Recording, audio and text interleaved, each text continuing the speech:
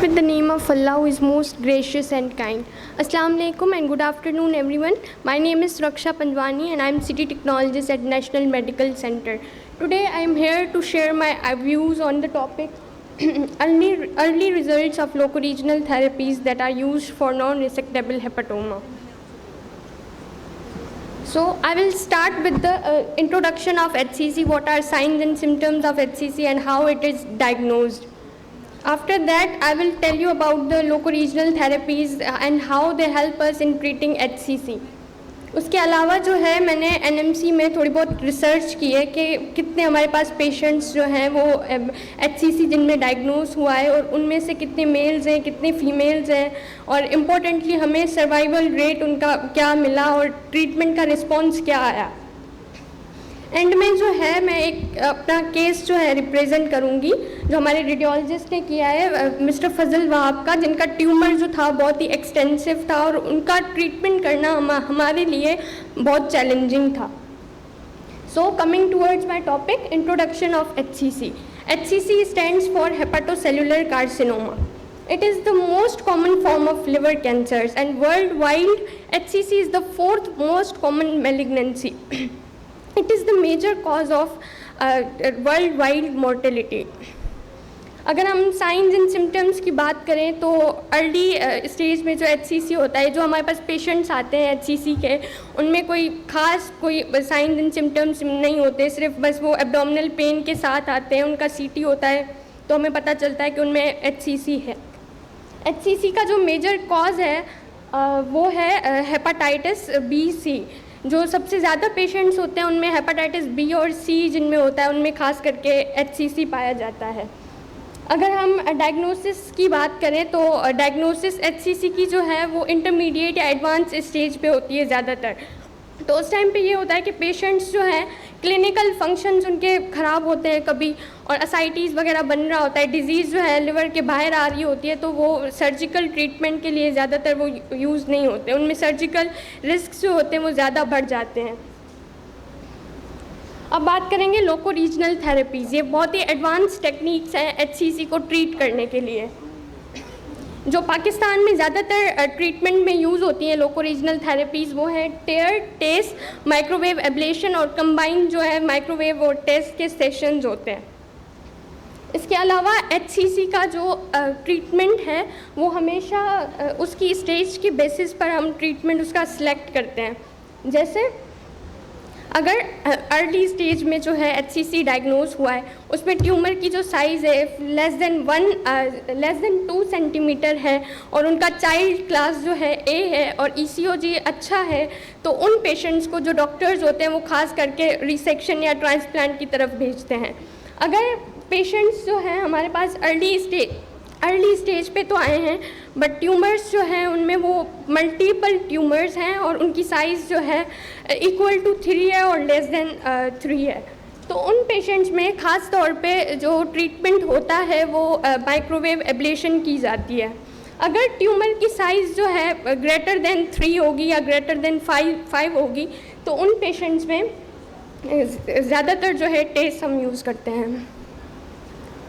अगर advance stage है HCC की, वो चाइल्ड क्लास ख़राब हो गया पेशेंट का और उसके अलावा ट्यूमर की साइज़ बहुत ज़्यादा बढ़ गई और एक्स्ट्रा हेपेटिक एक्सपेंशन हो गई डिज़ीज़ की, तो उन पेशेंट्स को खास करके सिस्टमेटिक थेरेपीज़ में रखते हैं. अगर एंड स्टेज पे कैंसर आ जाता है तो उसका कोई ट्रीटमेंट नहीं होता, वो सिम्टमेटिक ट्रीटमेंट उसमें हम करते हैं. अभी मैं आती हूँ मेरी रिसर्च पे, जो हमने NMC में रिसर्च करी थी. खास करके हमारे पास जो टोटल नंबर पेशेंट हुए हैं जिनमें HCC डायग्नोज हुआ है वो 47 है. 47 में से हमारे पास जो मेल्स हैं वो 29 हैं और 18 जो हैं वो फीमेल्स हैं. HCC का वर्ल्ड वाइड जो रिसर्च हुई है उसमें जो HCC का कॉमन अकरेंस है वो ज़्यादातर जो है मेल्स में है एज़ कम्पेयर टू फीमेल्स, क्योंकि मेल्स जो होते हैं उनमें रिस्क फैक्टर्स ज़्यादा होते हैं. हेपाटाइटिस B इन्फेक्शन जो है मेल्स में ज़्यादा होता है. उसके अलावा अल्कोहल की कंजप्शन जो है ख़ास तौर पे वो मेल्स में ज़्यादा होती है और सिरोसिस जो है वो मेल्स में ज़्यादा होती है, तो इसकी वजह से.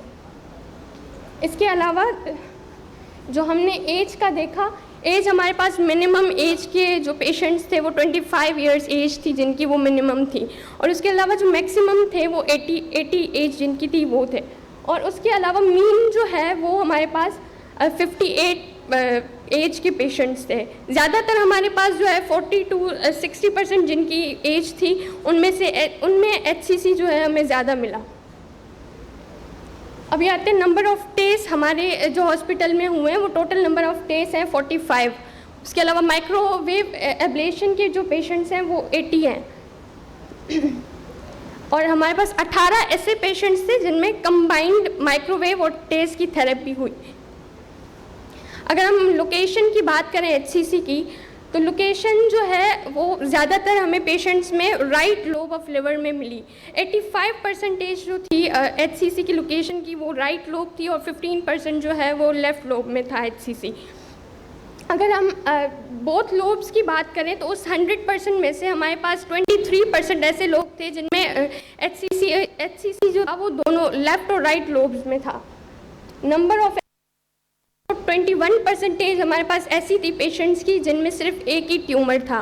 उसके अलावा 19% हमारे पास ऐसे पेशेंट्स थे जिनके 2 ट्यूमर्स थे, और उसके अलावा 31% हमारे पास ऐसा रेशो था जिनमें ग्रेटर देन 3 ट्यूमर्स थे।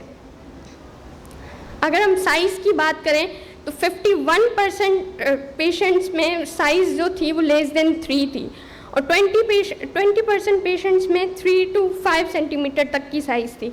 25% पेशेंट्स में ग्रेटर देन 5 जो है वो साइज़ थी।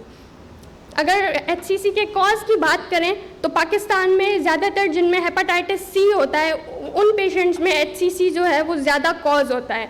जैसे 78% हमारे पास ऐसे पेशेंट्स थे जिनमें हेपेटाइटिस C पॉजिटिव था। 36% उसके अलावा हेपेटाइटिस B के पेशेंट्स थे और 6.3 पेशेंट्स जो हैं वो हेपेटाइटिस D के पेशेंट्स थे। अगर हम चाइल्ड क्लास के बारे में बात करें तो चाइल्ड क्लास A जो है वो 57% की चाइल्ड क्लास A थी, 25% की चाइल्ड क्लास B थी और 12% ऐसे पेशेंट्स थे जिनकी चाइल्ड क्लास C थी।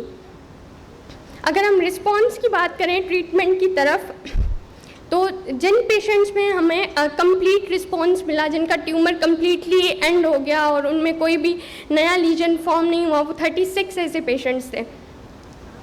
गुड रिस्पॉन्स जो है 14% पेशेंट्स में आया जिनका ट्रीटमेंट अभी भी प्रोसेस में है, वो अभी भी चल रहा है, उसमें मल्टीपल जो है थेरेपीज़ हो रही हैं। इसके अलावा पार्शियल रिस्पॉन्स हमारे पास 21% लोगों में था, बट उसका जो मेजर हमारे पास रीज़न था वो ये था कि वो पेशेंट्स जो है फॉलोअप पे नहीं थे। उनका फॉलोअप 1 to 2 मंथ्स का था और उसके बाद वो फॉलोअप पे नहीं आए। इसके अलावा फॉलोअप पीरियड हमारे पास जो मिनिमम पेशेंट्स का है वो 2 मंथ्स का है, मैक्सिमम जो है 36 मंथ्स का है और एवरेज जो है 10 मंथ्स का है। अगर हम सर्वाइवल रेट की बात करें तो हमारे पास 80% ऐसा सर्वाइवल रेट है जो अभी भी अलाइव है, 82%, और उसके अलावा 18% पेशेंट जो है उनकी डेथ हो गई है। उनमें से कुछ पेशेंट्स वही हैं जिनका फॉलोअप हमने नहीं किया, जो फॉलोअप पे नहीं आए। उसके अलावा कुछ ऐसे पेशेंट्स थे जिनका चाइल्ड क्लास C था, उनमें असाइटीज़ बना और वो सिस्टमेटिक थेरेपी पे चले गए। और अभी आते हैं हमारे पास केसेस पे। एक पेशेंट था mister Fazal Wahab, 69 years old male था। Known case of hypertension, hep C और CLD का पेशेंट था वो, और मल्टीसेंट्रिक हेपेटोमास थे। उनका जो लिवर का राइट लोब था वो 70% से ज़्यादा जो है उसमें ट्यूमर्स थे। चाइल्ड क्लास A थी, ECOG 1 था। उसकी सबसे जो अच्छी चीज़ थी जिसकी वजह से हमने उसका टेस्ट और माइक्रोवेव मल्टीपल थेरेपीज़ की, वो ये थी कि वो एक्स्ट्रा हेपेटिक एक्सपेंशन नहीं था डिज़ीज़ का। डिज़ीज़ जो है वो लिवर में ही थी, तो वो इजीली ट्रीटेबल थी। उसके अलावा उसको डॉक्टर्स ने जो है सर्जरी इस वजह से जो है रेकमेंड नहीं की क्योंकि उसका एज फैक्टर एक तो बहुत ज़्यादा था और ट्यूमर्स उसके बहुत ज़्यादा बड़े हुए थे, और सिस्टमेटिक थेरेपी उसको तभी नहीं मिली क्योंकि कोई एक्स्ट्रा हेपेटिक एक्सपेंशन नहीं थी। ये आप देख सकते हैं इस इमेज में, ट्यूमर कंट्रास्ट की इन्हेंसमेंट ट्यूमर में कितनी ज़्यादा है और ट्यूमर्स कितने बड़े हैं। इसका जो ट्यूमर है उसकी साइज़ जो थी 6 सेंटीमीटर थी और दूसरे की 3.2 सेंटीमीटर थी। मतलब सब जो ट्यूमर थे वो ग्रेटर देन 3 सेंटीमीटर साइज़ के ट्यूमर्स थे। तो इसमें हमने तभी कॉम्बिनेशन थेरेपीज़ करी थी। उसके साथ साथ अगर हम लैब्स को देखें तो जब वो प्रोसीजर्स के पहले वो पेशेंट आया था उसमें अल्फ़ा फीटोप्रोटीन जो है कैंसर की जो लेवल है वो 323 थी और ट्रीटमेंट्स के बाद अगर हम उसमें देखेंगे तो AFP की लेवल जो है वो 20 आई है। अभी भी उसका ट्रीटमेंट जो है वो कंटिन्यू है, लास्ट 1-2 सेशंस उसके रहते हैं। इसके अलावा अगर हम पिफका 2 को देखेंगे तो वो 14600 जब वो पेशेंट आया था प्रोसीजर्स के पहले विद द HCC तो उसका जो रिज़ल्ट पिफका का था 14600 था। उसके अलावा अभी जो पिफका हमने करवाई तो उसमें बहुत ज़्यादा कम पिफका 2 के रिज़ल्ट्स आए, वो बहुत बेटर आए पहले के मुकाबले। एल्ब्यूमिन अगर हम देखेंगे पेशेंट का तो एल्ब्यूमिन बहुत अच्छा गया है, अभी तक वो अच्छा जा रहा है। उसका जितना भी ट्रीटमेंट हुआ है, जितने भी उसके टेस्ट और माइक्रोवेव के सेशन हुए हैं, कोई भी चाइल्ड क्लास उसकी ख़राब नहीं हुई। चाइल्ड क्लास पहले भी A के साथ आया था, अभी तक वो A के साथ ही चल रहा है। ये CT हमने उसका आफ्टर जो है प्रोसीजर्स के बाद हमने कराया था। इसमें जैसे कि आप फर्स्ट इमेज में देख सकते हैं कि प्लेन CT की इमेजेस हैं। इसमें जो हाइपर डेंस चीज़ आ रही है वो कंट्रास्ट नहीं है, वो लिपोइडल की डिपोजिशन है जो टेस्ट का मेन जो ट्रीटमेंट है। प्लेन में आप देख सकते हैं जितना भी इसका ट्यूमर पहले जितने ट्यूमर में कंट्रास्ट की इन्हेंसमेंट आ रही थी